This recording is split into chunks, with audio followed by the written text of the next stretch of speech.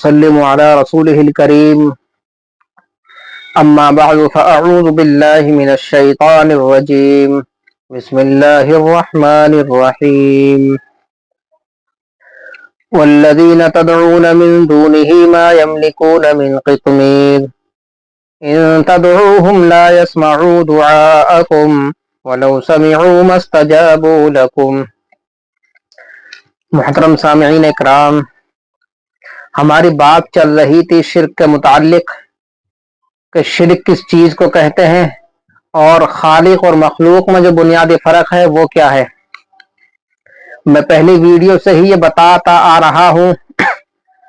کہ شرک ایسی بیماری ہے، شرک ایسا گناہ ہے، شرک ایسا ظلم ہے کہ اگر انسان بغیر توبہ کیے مر جائے شرک کے عقیدے پر ہی تو آخرت میں اس کی نجات کا، بخشش کا، مغفرت کا کوئی بھی راستہ نہیں ہے۔ یہ چیز تو سمجھ میں آپ کے آ چکی ہوگی کہ شرک کس چیز کو کہتے ہیں۔ اسی سے آگے آ کر کے ایک چیز اور میں بتانا چاہتا ہوں وضاحت کر کے کہ مزارات پہ جو لوگ جایا کرتے ہیں وہ کچھ نہ کچھ امید لے کر جاتے ہیں، شاید میرا کوئی کام بن جائے، شاید میرا کوئی کام آسان ہو جائے یا میری مشکلیں حل ہو جائیں۔ عقیدہ ان کا یہ ہوتا ہے کہ ہم جن بزرگوں کے پاس یا جن اکابر کے پاس یا جس پیر صاحب کے پاس اس کے مزار پر ہم جا رہے ہیں وہ ہمیں دیکھ بھی رہا ہے اور ہماری باتوں کو سن بھی رہا ہے، وہ بہت نیک ہستی ہیں اس لیے وہ ہمیں دیکھتے بھی ہیں، ہماری باتوں کو سنتے بھی ہیں اور ہماری باتوں کا جواب بھی دیتے ہیں، اور ہمیں ہمارے نفع نقصان کا کچھ اختیار بھی ان کے پاس ہے۔ اس میں دو چیزیں ہیں، بعض لوگ ذاتی طور پر ان کے اندر یہ صفت سمجھتے ہیں اور بعض لوگ عطائی طور پر سمجھتے ہیں۔ یاد رکھنا، ذاتی طور پر کسی کے اندر الہ والی صفت سمجھی جائے تو بھی شرک ہوگا، عطائی طور پر کسی کے اندر الہ والی صفت اگر مانی جائے تو بھی شرک ہوگا۔ اگر کسی مزار پر یا کسی فوت شدہ ولی کے پاس جایا جائے اس نیت سے کہ شاید میرا کوئی کام آسان ہو جائے گا، میری کوئی مشکل حل ہو جائے گی یا میری بیماری دور ہو جائے گی وہاں جا کر، تو یاد رکھنا یہ عقیدہ بالکل شرکیہ ہے۔ ایسا آدمی اپنے اسی عقیدے پر، اپنے اسی عمل پر مر جائے، اسی پر اس کی موت ہو جائے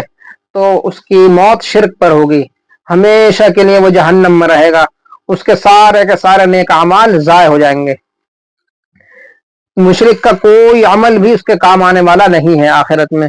وجہ اس کی یہ ہے کہ آخرت میں جو نجات اور مغفرت اور بخشش کا جو دار و مدار ہے وہ عقیدہ توحید پر ہے،